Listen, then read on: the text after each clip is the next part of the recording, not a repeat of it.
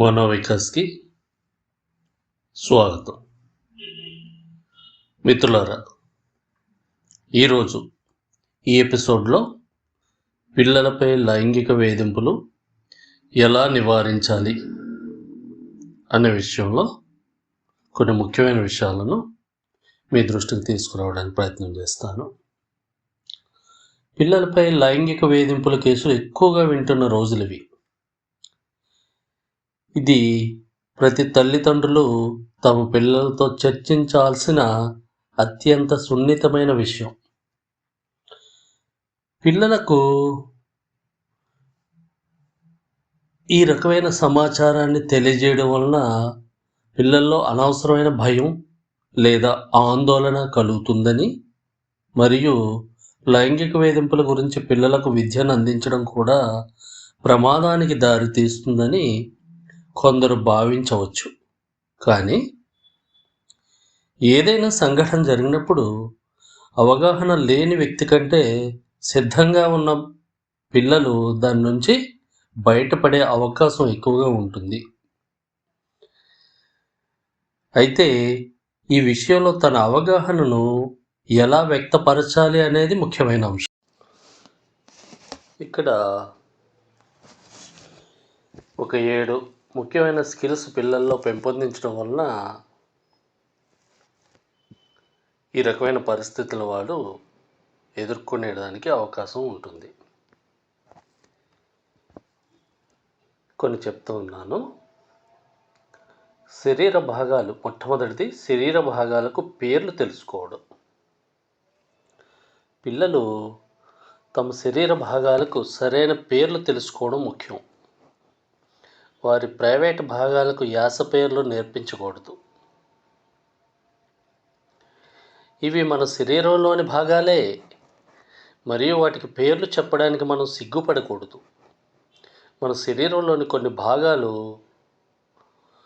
ఎందుకు ప్రైవేట్ అని అంటారు, మరియు ఈ భాగాలను ఎవరు ఏ పరిస్థితుల్లో చూడడానికి లేదా తాకడానికి అనుమతించబడతారో పిల్లలకు బోధించడం ప్రైమరీ సంవత్సరాల్లోనే ప్రారంభించాలి. పిల్లలు తమ శరీర భాగాలకు సరిగా పేర్లు పెట్టగలిగితే దుర్వినియోగాన్ని ఖచ్చితంగా నివేదించడానికి కూడా ఇది సహాయపడుతుంది. ఇక రెండవ విషయం, నో సీక్రెట్స్. రహస్యాలు లేవు. మీ బిడ్డను ఏదైనా పెద్దలు రహస్యంగా ఉండమని అడిగితే మీకు నివేదించడం చాలా ముఖ్యం.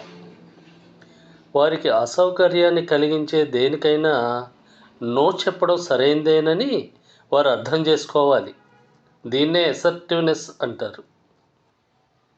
పిల్లల లైంగిక వేధింపులను ఎలా నిరోధించాలి అనే దానిపై ఇది చాలా కీలకమైన దశ. మూడవది, అసౌకర్యాన్ని నివేదించడం. మీ పిల్లలకు వారు అనుభవించే చిన్న చిన్న అసౌకర్య సంఘటనలను కూడా నివేదించాలని తెలియజేయండి. నాలుగవది, నిజాయితీ, నమ్మకం.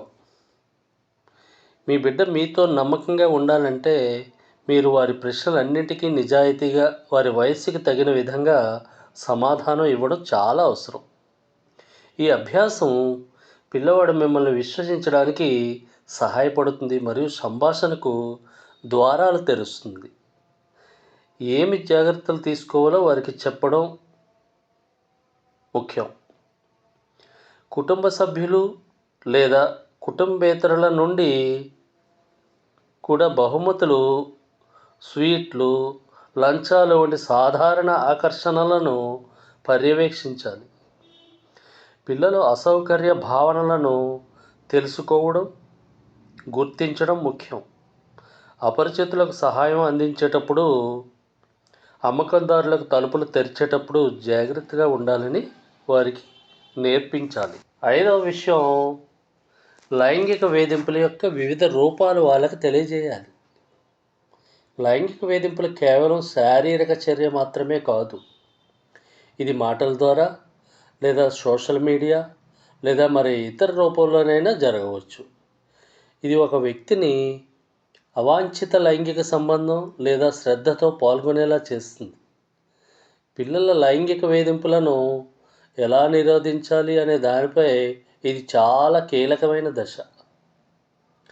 6వ దశ ఇంటెన్షన్, ఉద్దేశం గురించి తెలుసుకోవడం. చాలామంది మంచివాళ్ళు పిల్లలకు హాని చేయరు, కానీ ఈ వివరణకు సరిపోని వారు కూడా కొందరు ఉంటారని పిల్లలు తెలుసుకోవాలి. దీని అర్థం వారు అపరిచితులని కాదు, పరిచితుల్లో కూడా ఇటువంటి వాడు ఉండే అవకాశం ఉంది. ఈ విషయాన్ని పిల్లలకి అర్థమయ్యేలా వాళ్ళకి తెలియచేయాలి. 7వది కౌమార దశ. ఈ దశలో పిల్లల శరీరంలో చాలా మార్పులు చోటు చేసుకుంటాయి. చిన్న వయసులోనే సంభాషణలు ప్రారంభించడం వల్ల కౌమార దశలోనికి మారడం సులభం అవుతుంది. పిల్లలు తమ శరీరంలో సుఖంగా లేదా కంఫర్ట్గా ఉంటారు. తల్లిదండ్రులు అందించే మద్దతు మరియు భద్రత గురించి తెలుసుకుంటారు మరియు ఆరోగ్యకరమైన ఎంపిక చేసుకోగలరు. ఈ సమయానికి పిల్లవాడు ఖచ్చితమైన మరియు శాస్త్రీయమైన అధికారిక లైంగిక విద్యను పొందాలి. పిల్లల లైంగిక వేధింపులను నిరోధించడంలో ఇది అత్యంత ముఖ్యమైన కీలక దశ.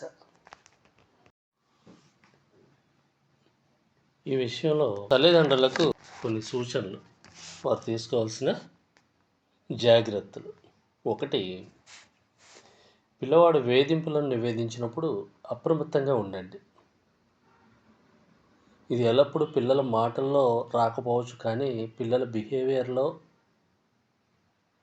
ఖచ్చితంగా మీరు చూడగలరు. ఎవరైనా మీ పిల్లల పట్ల చాలా ఆసక్తి చూపుతూ వారితో ఒంటరిగా సమయం గడపాలని కోరుకుంటే జాగ్రత్తగా ఉండండి. మీ సహజ జ్ఞానంపై ఆధారపడండి.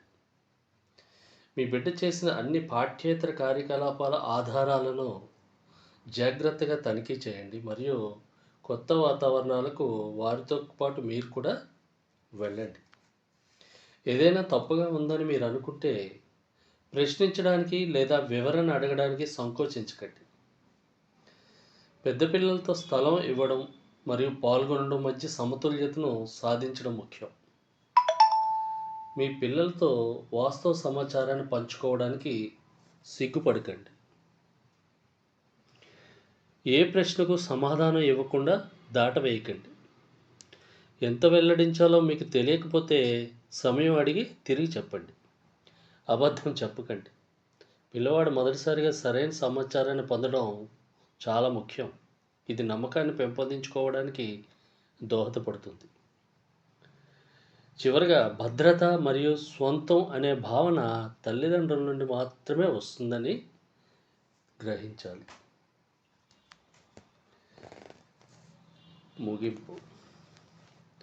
లైంగిక వేధింపులను నిశ్శబ్ద సమస్యగా పిలుస్తారు. పిల్లలు తరచుగా ఈ విషయాన్ని చెప్పడానికి భయపడతారు, ఎందుకంటే వేధించే వ్యక్తి కొన్ని సందర్భాల్లో చెప్పకూడదని బెదిరించే అవకాశం ఉంది.